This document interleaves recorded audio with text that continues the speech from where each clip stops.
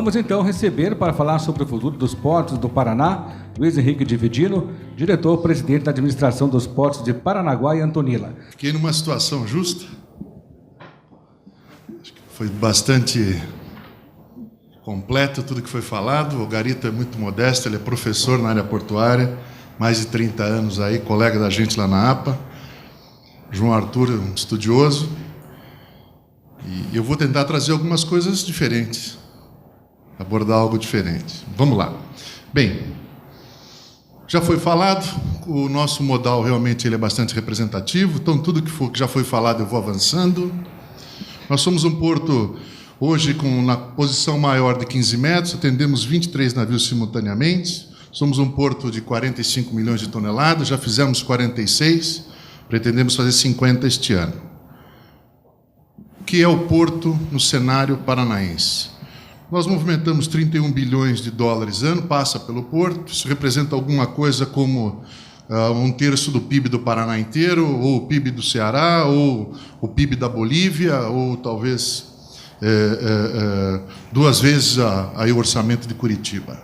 Então, isso eu estou tentando trazer esses números para demonstrar o contexto da representatividade da nossa atividade. O grande desafio, quem está no hemisfério sul tem que vender para o hemisfério norte. Lá estão os mercados compradores. E é por isso que só se fala de competitividade. Quando se fala de ganhar escala em navio, é muito fácil falar, constrói um navio maior e vamos em frente.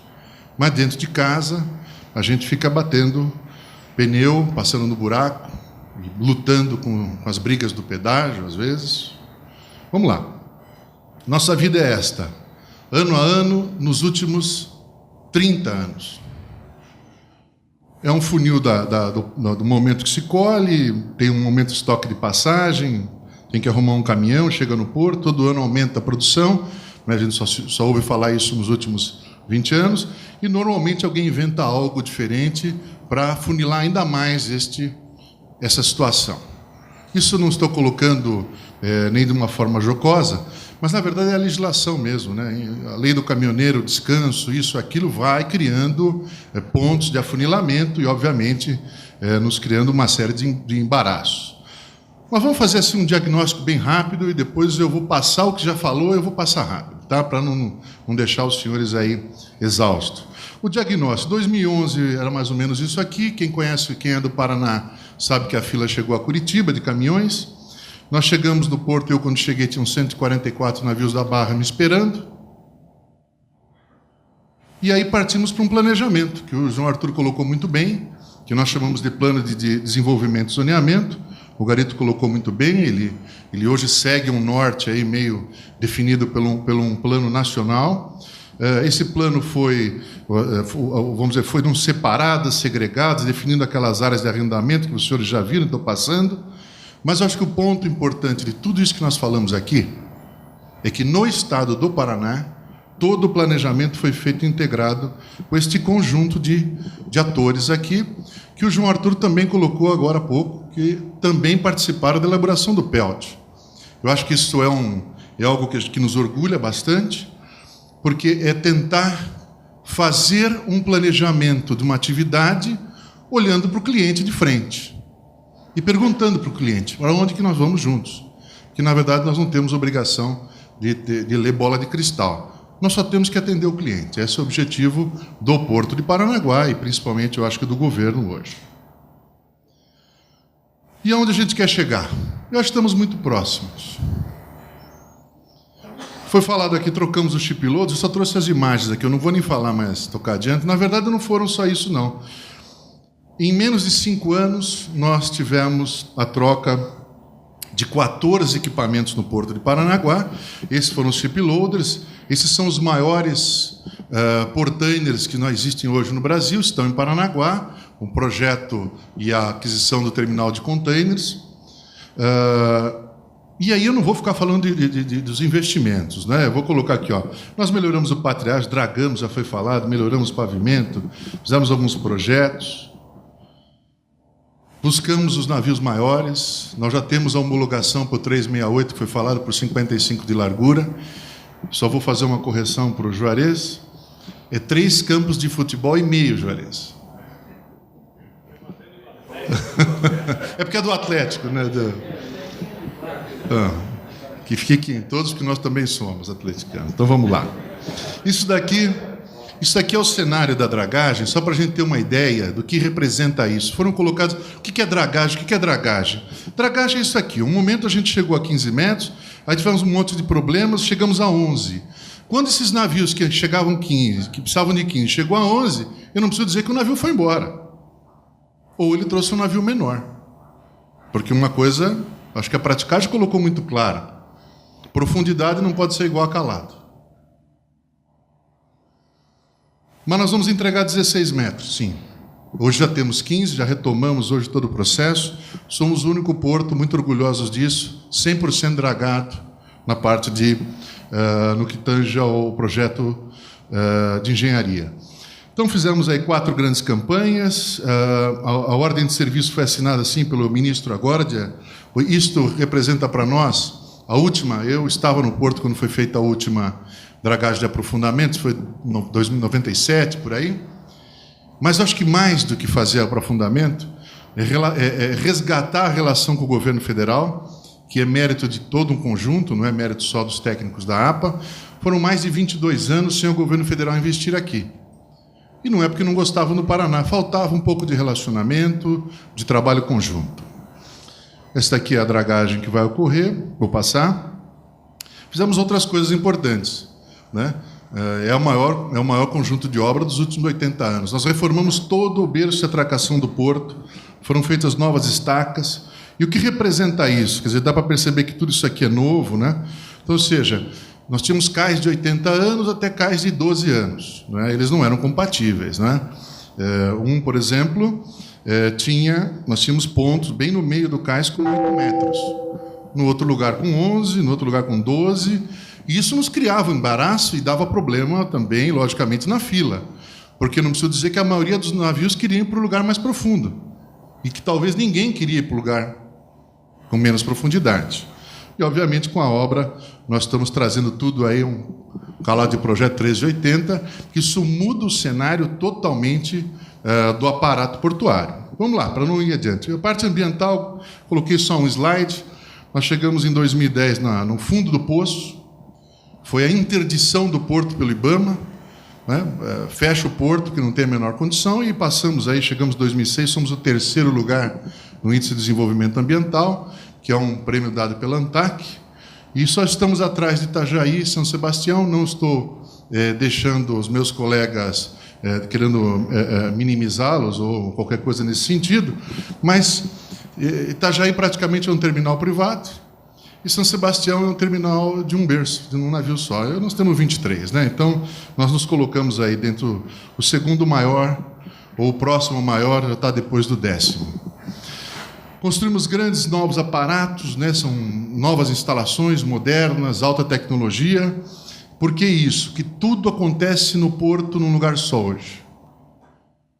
Nós éramos uma daquelas empresas de governo que vai nesse prédio e carimba ali. Não, agora você pega o carro, vai naquele prédio e carimba lá. Não, agora você vai no outro e carimba lá. Quer dizer, o cara, na verdade, ele ia fazer lá, na verdade, quase que era uma prova né, olímpica, quase, para poder despachar um documento. Né? Isso hoje é tudo eletrônico, os investimentos foram maciços nisso. Hoje, nenhum navio atraca com um papel. Se alguém protocolar o papel, seu navio não atraca. Todas as programações de caminhões, vagões, navios, enfim, tudo que é operacional no porto tem que ser feito via internet.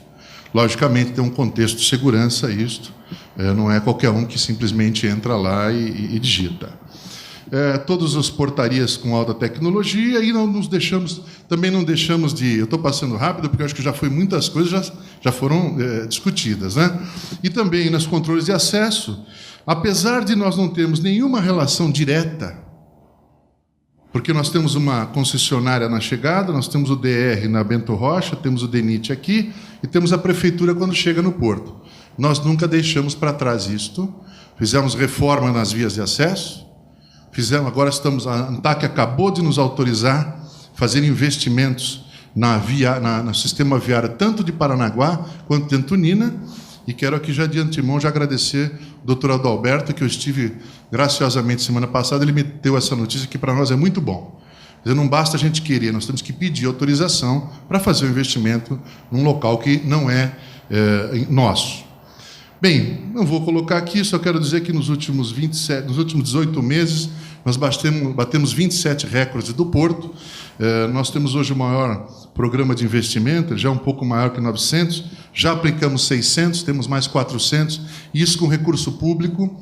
Eu depois vou falar um pouquinho do que aconteceu na área privada. Não deixamos também de investir na gestão da companhia, transformamos uma antiga autarquia numa empresa pública com governança corporativa, e o ponto que eu queria chegar, que isso me parece que é óbvio, é uma obrigação, mas não. Nós colocamos no Conselho de Administração um representante da FIEP, um representante da FAEP, e no Conselho Fiscal um representante do CRC. Ou seja, esta empresa tem que ser monitorada pelos seus clientes, monitorada no bom sentido. Quer dizer, as decisões estratégicas têm que ter a participação, vamos dizer, da sociedade organizada. Vamos falar de novas oportunidades, e aqui eu vou ter que acelerar. O doutor Garrido já colocou tudo o que tinha que falar, eu só vou colocar algum detalhe no que de fato ocorreu, porque quando fizemos aquele planejamento, o grande desafio era abrir um portfólio de investimentos para a iniciativa privada investir. Esse foi o modelo que a lei trouxe. O investimento é privado. Então, nós temos investimentos do governo do Estado, como eu falei, que chega a 1 bilhão, faltam mais 600, 500, 600 a 2000, foram 600 até 2016, tem mais 400. Nós temos contratos de passagem, que são aquelas antigas interligações que o Porto de Paranaguá tem, pelo que é a natureza dele. Não vou entrar diretamente no ponto. Já foram autorizados e já estão em execução, são mais 820 milhões de recursos privados. Nós temos de renovação antecipada do contrato, como foi colocado aqui, um deles é o TCP, e diga-se de passagem, a gente falou daquela obra, não é, aquela é a maior obra portuária do país que vai acontecer nos próximos 5 anos. Não é a obra, é a maior obra. Nós fomos falando aí de R$1 bilhão. Terminais de uso privado, com a alteração da poligonal, nós temos aí uma expectativa de 1,4 bilhões privados também, aqui é uma expectativa. E ainda temos os arrendamentos, que foi colocado pelo doutor Garrido, são 6 novas áreas, outorgas, que podem acontecer até março de 2017, como ele mesmo já anunciou, que 2 já estão sendo colocadas. Por último, eu coloquei rearrendamentos, que é o que ele também colocou, é arrendar as áreas que os contratos já estão vencendo ou vencidos, que também impactarão 700 milhões na nossa conta. Obviamente, por isso que eu coloquei aqui, hoje nós temos, vamos dizer, a felicidade na tranquilidade e também ter um paranaense tocando a parte de outorgas aí no governo federal. Vamos passar rápido aqui. TCP, só para a gente ter uma ideia, nós estamos falando nesta ampliação aqui. Será o maior terminal portuário que nós temos no Brasil. Fospar, já autorizado, investimento em andamento, 134 milhões. Segundo berço interno. Está na fase final de licença ambiental. Ponta do Félix, que é Antonina, também um novo berço, levando de 2 para 3 berços em Antonina. São 120 e poucos milhões. Os arrendamentos do Pio, não vou passar, né? Se eu passar aqui, aí eu vou apanhar. Os greenfields, que foram falados. Então, nós temos uma posição, 2 posições, que seria no Imbucuí, este que saiu a notícia, se não me engano, foi de ontem para hoje, que eles estão postergando. Paranaguá está aqui, nessa visão conceitual, e Pontal, sim, está buscando o seu caminho. Logicamente, ainda tem tudo, já está autorizado pelo governo federal, mas o processo de licenciamento, realmente, ele é um pouco mais moroso. Olhando uma visão de futuro, não é diferente. Aqui está o projeto. Quando nós colocamos no PELT, nós tínhamos uma visão maquete digital. Hoje nós temos os projetos de engenharia finalizados, tanto do PIR-F quanto do PIR-T, e nós estamos fazendo agora o EIA-RIMA desses empreendimentos. Ou seja, nós estamos nos antecipando. Quando um arrendatário chegar e falar, vou fazer o investimento, ele não vai ficar 4 anos para fazer o arrendamento. Para fazer o investimento. Ele vai ficar pelo menos o tempo necessário para terminar aquilo que já está pronto, né? Ou seja, talvez o licenciamento ambiental e também o pira de inflamáveis aqui. Eu agora quero colocar, nós estamos indo para o finalmente, esse também, nós não esquecemos do projeto de terminal de passageiros. Este é só para a gente ter uma ideia, espacialmente, o TCP é esta grande área, então o navio ficaria aqui no fundo e abriria uma área de convivência atrás. Isso está também no processo de licenciamento ambiental. Qual é a prioridade disso? É aquela que nós vamos ter, se tivermos um interessado. O empreendedor terá prioridade. Aqui eu coloquei um dado só para a gente ter. Como é que era 2012? A demanda de carga era maior que a capacidade do porto. As filas estavam lá. Na medida que nós fomos mudando e ajustando, isso começa a mudar e, obviamente, eu começo a dar carga do que está acontecendo lá de novo. Ganho de produção, ganho de produtividade, ganho de terminal. E aqui eu coloco tudo aquilo que nós falamos, talvez numa linha temporal, que foi investimento público, investimento privado e agora investimento do governo federal. Mas fazendo um arrazoado, de 2011 a 2016, a iniciativa privada colocou 2 bilhões em Paranaguá. São investimentos silenciosos. Nós estamos falando de 2012 a 2020, nós temos um potencial aí de quase um pouco mais de 4, sendo que garantido nós temos o da APA, que é 600, e 390 do governo federal. Quando a gente coloca isso na rampa, eu quero colocar o seguinte, quer dizer, até 2020, 2025, se não acontecer nenhuma hecatombe, mudar alguma coisa muito forte, nós teremos uma tendência de crescimento muito maior que a demanda, obviamente tentando desafogar o sistema, até porque nós, como foi colocado aqui pelo Juarez, você só precisa chegar a 16 metros para alguém falar, mas agora vamos para 17. Então nunca está bom. Mas a gente tem, então, pelo menos que fasear isso e fazer isso acontecer. Nos preocupamos também com vagas de caminhão, nós tínhamos 3.600 vagas na cidade, estamos partindo aí para um processo de licenciamento ambiental em massa de pátios de caminhões. Nós seremos o porto que mais terá atendimento ao caminhoneiro, já que nós não temos uma ferrovia. Aí coloquei aqui reestruturação da companhia. Mas dividindo isso é importante? Eu acho que é. Nós tínhamos uma empresa com aproximadamente 700 e poucos funcionários, somos 355 hoje. Nós saímos de uma matriz de 93, onde nós tínhamos 20% com nível superior e 80% com fundamental. Obviamente, naquela época, nós estávamos na operação. E o grande desafio é chegar agora em 2017, com aproximadamente aí, a meta é ficar por volta dos 300 e poucos funcionários. Nós somos hoje, sem dúvida nenhuma, uma autoridade portuária que, se analisar a contabilidade, nós temos uma performance quase que de uma empresa privada, né? A gente fala muito do limite prudencial, né, no governo, né, de salário em relação à receita, né, que é 50%. Nós somos 18%. Então, dentro de um contexto empresa pública, nós temos uma vertente muito forte de uma visão privada. E aqui o histórico financeiro da companhia, que é uma bagunça de linhas, mas só vamos olhar aqui. Nós tínhamos, então, a azul, era a receita da companhia, ela é crescente por conta dos recordes que a produção bate, não nós. Os investimentos, que antigamente eram muito confusos, quando chega em 2012, eles entram num processo de rampa, ou seja, nós não temos, por ser uma empresa pública, que ser desorganizada. Isso não tem nenhum sentido, né? Seguindo adiante, grandes desafios, né? Está aqui, ó, tudo que a gente falou agora, parece que eu combinei com o João Arthur, mas não combinei. Esse é o maior desafio nosso. Todo novo cliente, quando chega lá, o investidor, ele fala assim, Divino, adorei esse porto, está limpo, está bonito, está maravilhoso, tem até golfinho aqui me esperando, mas eu não sei como é que eu chego aqui. E é isso aqui que a gente pensa também. O maior desafio do Porto de Paranaguá hoje não é nada dentro do porto, por incrível que pareça. Está do lado de fora da cidade. Bem, eu acho que eu terminei. Ou terminou? Acho que sim, acho que aqui acabou. Acabou. Bem, senhores, eu queria me colocar à disposição. Eu imaginava, quando eu vi quem ia falar antes, eu fui tentando tirar, para não ser repetitivo, senão nós íamos ficar falando dos mesmos projetos. E, obviamente, os projetos, eles acabam saindo até na mídia diariamente, a gente acaba acompanhando, né? O que eu quero colocar para os senhores é o seguinte: Paranaguá está alinhado com esse novo contexto, nós entendemos que as hidrovias vão acontecer, nós temos só conectar as pontas.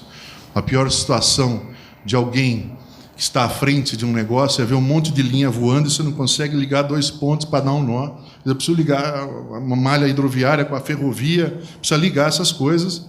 Não é só o caminhão que liga, nós temos que ligar as coisas, né?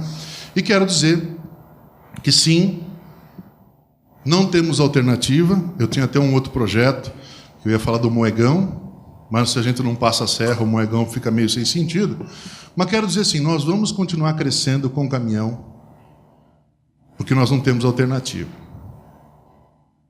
Só que nós vamos cuidar do caminhão.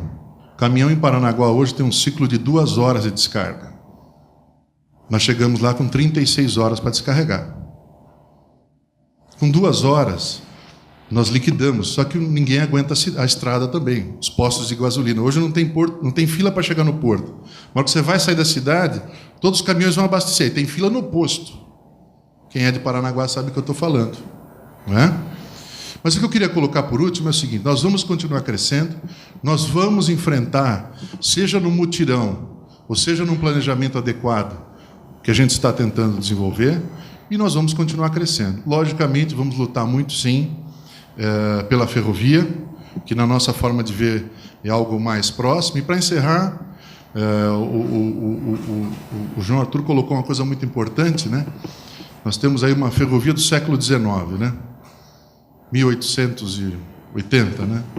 Mas eu fui pesquisar um pouquinho disso daí. Eu digo, mas por que em todo lugar deu certo ferrovia e aqui o negócio não deu certo, né? Onde é que nós erramos, né? Por incrível que pareça, os americanos começaram a colocar a ferrovia em 1830. Não era tão diferente.